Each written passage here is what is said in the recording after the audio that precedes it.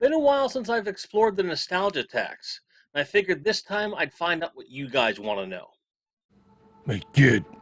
Yeah, you. Everyone thinks toys are fun, but this is a channel for adults. Yeah, I said it. If you're under the age of 18, go get your parents before you come in here. If you're under the age of 13, scram! Let's get on with the show.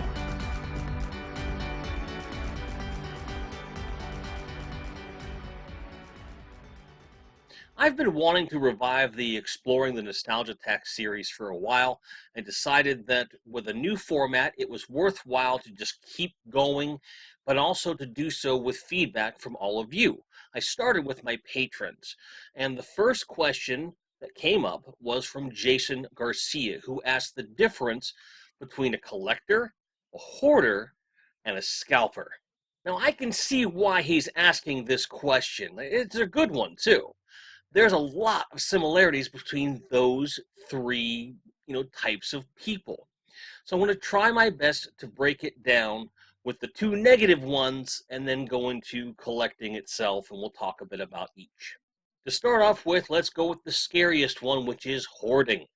This is when you have a mental illness that prevents you from getting rid of things because getting rid of things produces stress to the point where you just keep everything.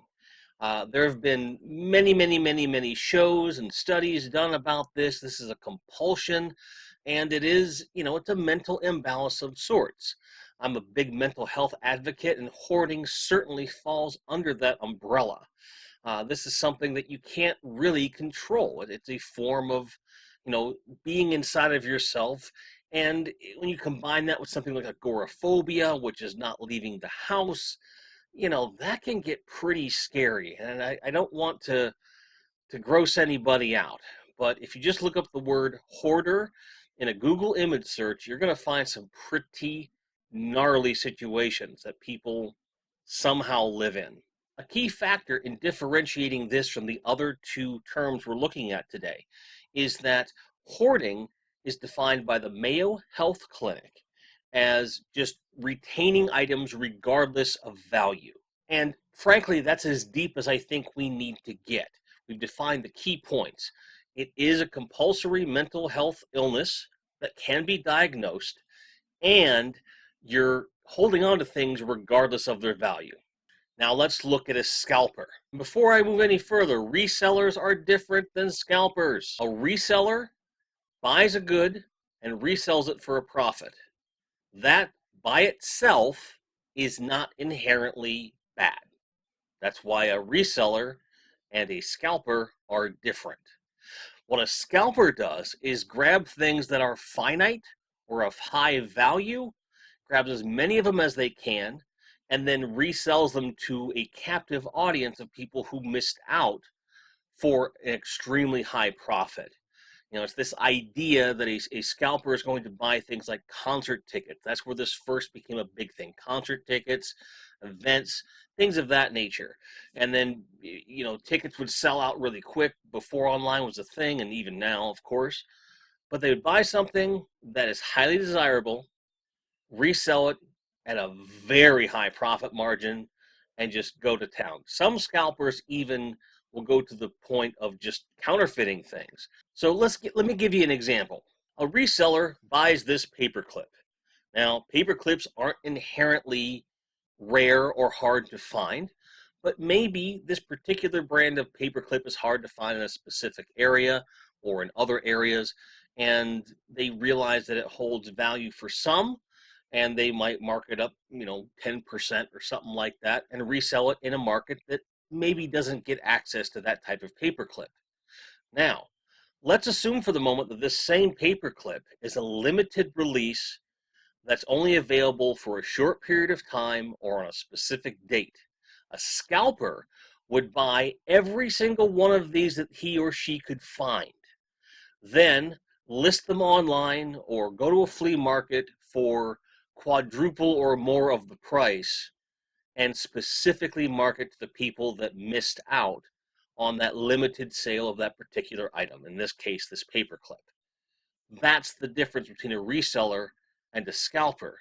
In both cases, the difference between a reseller or a scalper and a hoarder is that the resellers and scalpers are retaining things for a limited period of time for the sake of profit, because they are going after things that have value, something they can sell.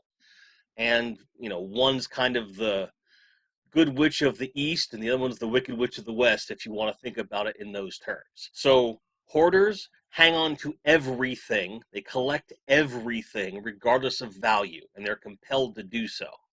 Resellers and scalpers collect specific things because of their value and will resell them to a specific market that desires that thing of value. So they're collecting these things for a limited period, presumably until they can sell them. They don't necessarily have a desire to hang on to that thing at all. So almost polar opposites with hoarders in that case. And then having a collection, being a toy collector or a video game collector, a film collector, art collector, anything. In these instances, people are collecting things that have value to them. Not always monetary, usually emotional value, nostalgic value, if you will. Sometimes it does carry a pretty premium price, but that isn't necessarily why they're collecting. You do have speculative collectors that will collect strictly because they feel something is of value. A good example being the early 90s and the comic book explosion, or people that bought Beanie Babies, for example, that sort of a thing. But your average collector, the person who collects it because they love an item or certain types of items, they're collecting because they enjoy the hobby of it. Whether it be just having something nice on their shelf, maybe they like restoring old items, maybe that reminds them of certain memories. The reasons will vary. And so there's going to be various levels of value, whether it be financial or emotional or nostalgic. It's not necessarily something that, their mental state is compelling them to do that involuntarily, although they may have a predilection to hanging on to things that they care about, that remind them of good things, right? But this is not a diagnosable mental illness either. And in most cases, once you have something that you want that is of value to you, you're less likely to sell it off unless under extreme duress or circumstances. People tend not to do that unless there's a good reason if they're a collector, for themselves. So again, we've got these three camps. Hoarders are, they're mentally ill, compelled to collect anything and everything regardless of value. Resellers and scalpers collect things of value for a temporary period of time until they can sell it off to someone that wants it to different degrees, whereas a collector is going to hang on to things that have value to them regardless of financial value, even though some of those things may have a higher financial value, and they're less likely to let go of those things because of the value that they place on it. Jason Garcia, that was a great question and a hell of a way to kick off this, reinvigorated Nostalgia Tax series. So I do have a few more of these that I'll be exploring from patrons, but those are finite. They will run out. So anytime you see a video that says Nostalgia Tax in the title, I want you to use the comments below to give me your ideas and also your perspective, and ask questions so we can have further discussions about these concepts of collecting and the culture that surrounds it, because this fascinates me and I love talking about this stuff, in case you couldn't tell. But in the meantime, may all your card backs be straight, may all your grinds be merry, and may you be able to get anything you're looking for at any given time at a price you feel is reasonable, regardless of the value. Take care, guys. Cheers. Special thanks to our patrons and members who you're seeing on the screen now. Thank you so much for your support. It really helps.